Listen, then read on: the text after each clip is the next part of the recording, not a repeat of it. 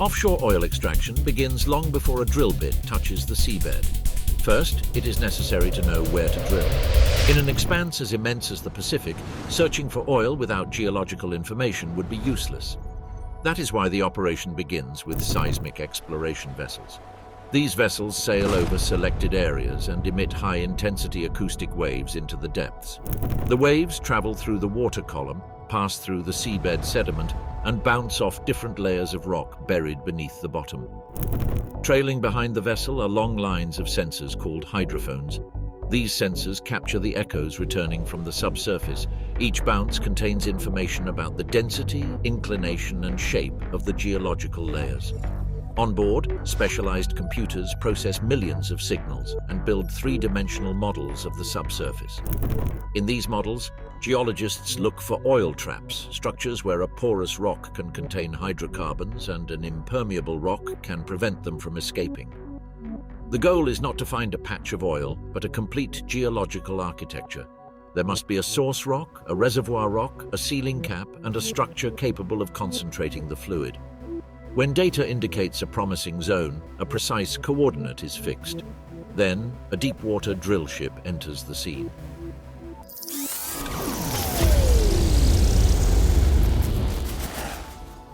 Unlike a platform anchored in shallow waters, a modern drill ship can work over enormous depths without resting on the bottom. To remain exactly over the chosen point, it uses dynamic positioning. This system combines GPS, motion sensors, compasses, gyroscopes, and lateral thrusters. The propellers correct the ship's movement second by second, compensating for waves, wind, and currents. The ship seems to float freely, but in reality it is constantly fighting not to drift even a few meters. When the ship is stabilized, the installation of the subsea template begins. A heavy crane lowers this structure to the seabed. Its function is to mark the exact entry point of the well and allow subsequent equipment to align correctly. At those depths, no diver can intervene. That is why remotely operated vehicles known as ROVs are used. These robots descend with cameras, mechanical arms, powerful lights, and hydraulic tools. From a control room on the surface, operators verify that the base is firm on the sediment. Then, initial drilling begins. On deck, high-strength steel pipes are assembled, one after another, forming a drill string that descends from the ship to the bottom. At the lower end, a tricone bit or a cutting bit is installed, depending on the type of terrain. The top drive unit rotates the entire string, while high-pressure pumps inject drilling mud inside the pipe. This mud fulfills several functions at the same time. It cools the bit, lubricates the cut, transports rock fragments to the surface, and helps control well pressure. Without mud, the bit overheats, cuttings accumulate, and the whole walls can collapse. In deep waters, the mud is also a safety barrier. Its weight generates hydrostatic pressure and prevents subsurface fluids from violently entering the well. The first section of the hole passes through soft sediments and poorly consolidated layers. Once the initial depth is reached, the string is removed and a casing pipe is lowered. This steel pipe protects the well walls so they do not collapse. Then, cement is pumped inside the casing. The cement goes down to the bottom and rises through the space between the pipe and the rock. When it sets, it forms a solid barrier that fixes the casing and isolates the surface layers. With the foundation ready, one of the most important pieces of equipment in the entire operation is installed: the blowout preventer, or BOP. This enormous structure of valves weighs hundreds of tons and is placed over the wellhead on the seabed. Its function is to close the well if the internal pressure becomes dangerous. It can seal around the pipe, cut the string if necessary, and block the flow of hydrocarbons before it reaches the surface. The BOP is the last line of defense against a blowout. In a subsea well, reservoir pressure can be enormous. If oil or gas rises uncontrollably, the operation can become an environmental and technical emergency. That is why every connection is verified with sensors, pressure tests, and ROV supervision. Once the BOP is installed, the marine riser is connected, an ascending pipe that joins the bottom with the ship. Through this closed conduit, the drill string, mud, and rock cuttings circulate. The operation is no longer about drilling an open hole into the sea, but about working within a controlled, sealed, and monitored system. At greater depths, the rock becomes harder. The bits change. Tricone bits may be replaced by polycrystalline diamond compact bits capable of crushing compact formations. Drilling advances meter by meter. In some sections, the bit passes through shales, limestones, or sandstones. In others, it encounters abrasive layers that wear down the cutters and force the entire string to be pulled to change the tool. Each bit change may require lifting thousands of meters of pipe, dismantling sections on deck, installing a new tool, and lowering the entire assembly again. It is a slow, heavy, and expensive process, but it is a normal part of deep water drilling. As the bit advances, measurement tools send information to the surface. Some transmit data via pressure pulses in the mud, like a kind of code sent from kilometers deep. Thus, engineers know the inclination of the well, the direction, pressure, temperature, and rock properties. If the reservoir is not directly beneath the ship, the well can be deviated. With downhole motors and directional systems, the trajectory is curved until it reaches the richest part of the formation. When the bit enters the reservoir rock, clear signals appear. Drilling speed changes. Detected gases in the mud change. Cuttings show signs of hydrocarbons. To confirm the find, rock cores can be extracted. Complete cylinders that reach the surface and allow direct observation of porosity, saturation, and the presence of oil. Under ultraviolet light, some hydrocarbons show fluorescence. For the geological team, that signal confirms that the drilling reached a crude-laden rock. Finding oil does not mean the well is ready to produce. After drilling to the target formation, the hole must be converted into a permanent, safe, and controllable structure. For this, the drill string is removed and the production casing is lowered. This special steel pipe runs through the well to the reservoir zone. It must resist pressure, corrosion, temperature, and mechanical stresses for years. Once the casing is placed, cement is pumped again. The cement occupies the outer space between the pipe and the rock. Its function is to fix the well, isolate geological layers, and prevent fluids from migrating along unwanted paths. Cementing is critical. If it fails, the well can communicate zones of different pressure, allow leaks, or lose structural integrity. When the cement hardens, the well is sealed. But there is a problem. The oil is behind a wall of steel and cement. For the crude to enter the well, that barrier must be opened in a controlled manner. Here, a perforating gun is used, a tool that is lowered by cable to the exact depth of the reservoir. The gun contains shaped charges oriented toward the formation. When activated, each charge generates a jet of energy that pierces the casing, the cement, and penetrates the reservoir rock. The goal is not to destroy the well, but to create small channels that connect the sandstone or porous rock with the inside of the pipe. Through these perforations, oil, gas, and formation water find an entry path. In many reservoirs, natural pressure is sufficient to initiate flow.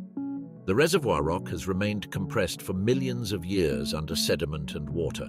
When the well opens an exit, the fluid moves toward the zone of lower pressure. The crude enters through the perforations, rises through the production tubing, and reaches the surface system. But the flow cannot be released without control. On the seabed, the wellhead and the BOP keep the pressure within safe limits. On the surface, choke valves regulate how much fluid passes per minute. If the pressure rises too much, the flow is reduced. If it drops, the opening is adjusted. Production is a permanent balance between extracting as much as possible and not damaging the reservoir. The oil that reaches the surface does not come out clean. It ascends as a complex mixture of crude natural gas, salt water, fine sand, residual mud, and other compounds. At first glance, it may look like a thick, black stream, but it is actually an unstable emulsion.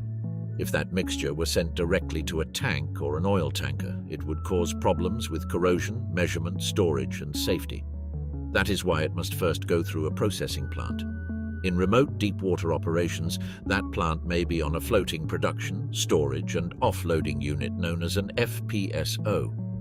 It is an industrial vessel designed to receive the fluid from the well, separate it, treat it, store it, and transfer it to oil tankers. It functions as a floating primary refinery, although it does not convert crude into fuels. Its task is to condition the oil for export. The first step is phase separation. The mixture enters a large horizontal separator. There, it loses speed upon hitting internal plates. When the energy of the flow decreases, gravity begins to sort the components. The gas, being lighter, rises to the top. The oil remains in an intermediate layer. The salt water, being heavier, falls to the bottom. Sand and solids accumulate in low areas from where they are extracted with pumps or drain systems. The separated gas can have several destinations. One part is compressed and used as fuel to power electrical generation turbines on board. Another part can be re-injected into the reservoir to maintain pressure. If there is no capacity for immediate use or re-injection, it can be sent to a combustion flare, although modern operations seek to reduce that venting and flaring for environmental and economic reasons. Formation water also requires treatment. Although it is separated from the oil, it may still contain fine droplets of crude. To clean it, flotation systems, filters, and additional separation units are used. In some equipment, microscopic gas bubbles are injected that adhere to the residual oil and carry it to the surface. Then, a skimmer or sweeping system removes that oily layer. The treated water can be re-injected or discharged under strict environmental controls, depending on the regulations and the design of the operation. The crude, for its part, continues toward heaters and thermal treaters. Heat helps break down resistant emulsions, separating the last droplets of trapped water. It also reduces viscosity, which facilitates pumping. In some cases, demulsifying chemicals are added to accelerate the process. The goal is to obtain oil with low water and sediment content within commercial specifications. Then, the crude passes through flow meters. These instruments record how many barrels are produced and allow the efficiency of the well to be monitored. Samples are also taken for laboratory analysis. Density, water content, sediment, salinity, and other properties are checked. If the crude does not meet the requirements, it may need additional treatment before being stored. Inside the hull of the FPSO are enormous storage tanks. There, the treated crude accumulates until it reaches a sufficient volume for export. These tanks are not simple, empty reservoirs. They must control flammable vapors, pressure, temperature, and ship stability. To reduce the risk of fire or explosion, inert gas systems are used that displace oxygen in the internal atmosphere of the tank.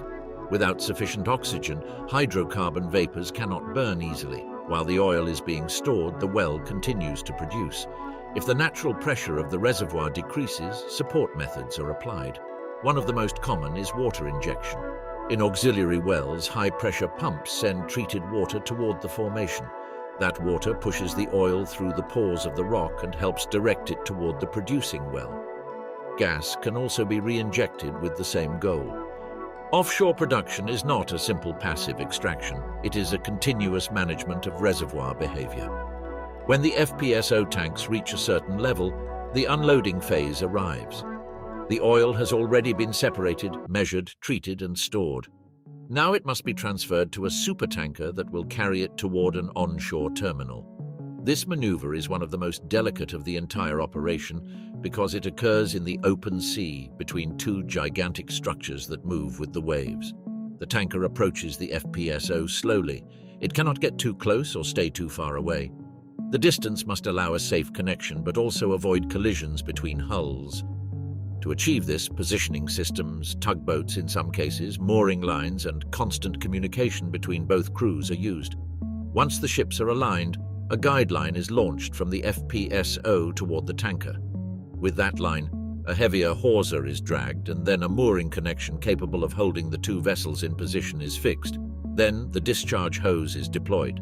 This flexible pipe has a large diameter, internal steel reinforcement, and the capacity to withstand pressure, movement, and continuous load. A crane lowers it into the water and brings it closer to the tanker's manifold. On the receiving deck, operators connect the hose using flanges, bolts, and sealing systems. Each joint is tightened with hydraulic tools to prevent leaks. Before opening the valves, checks are performed. Pressure, alignment, communication, hose status, emergency systems, and the tanker's receiving capacity are checked. A leak in the open sea can contaminate a large area in a short time. That is why the transfer includes sensors, visual patrolling, quick closing systems, and containment trays at critical points. When everything is ready, the FPSO's export pumps begin to operate. The crude leaves the tanks, passes through the valve system, and advances through the floating hose toward the tanker. Inside the line, the flow can reach enormous rates. Thousands of barrels per hour pass from one ship to the other.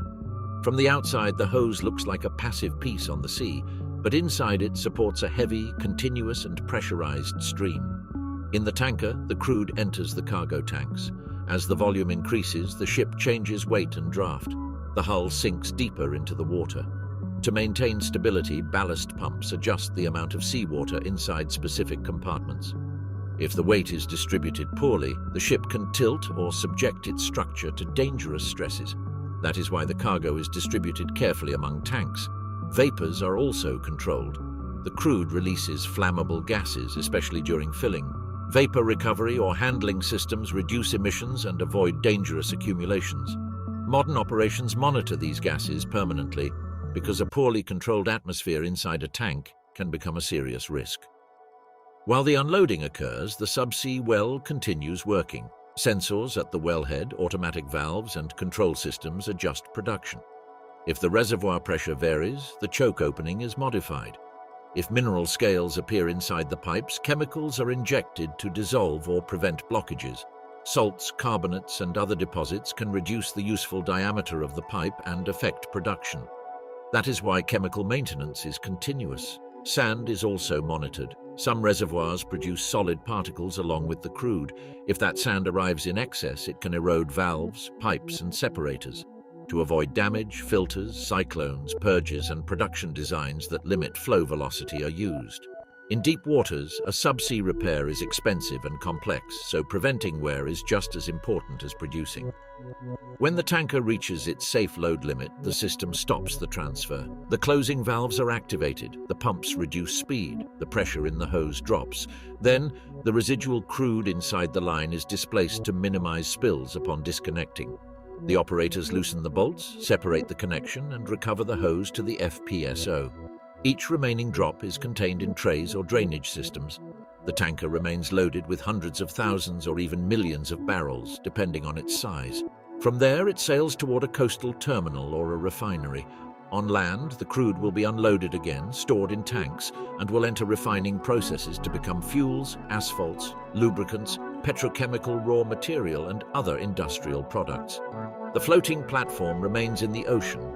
Its systems continue separating gas, water, and oil. Its pumps continue sending chemicals, controlling pressure and sustaining production. Under thousands of meters of water, the well keeps the connection between the porous rock and the surface open. There is no visible mine nor a tower stuck on solid ground. There is a chain of steel, sensors, valves, and energy that joins the subsoil of the Pacific with the global economy.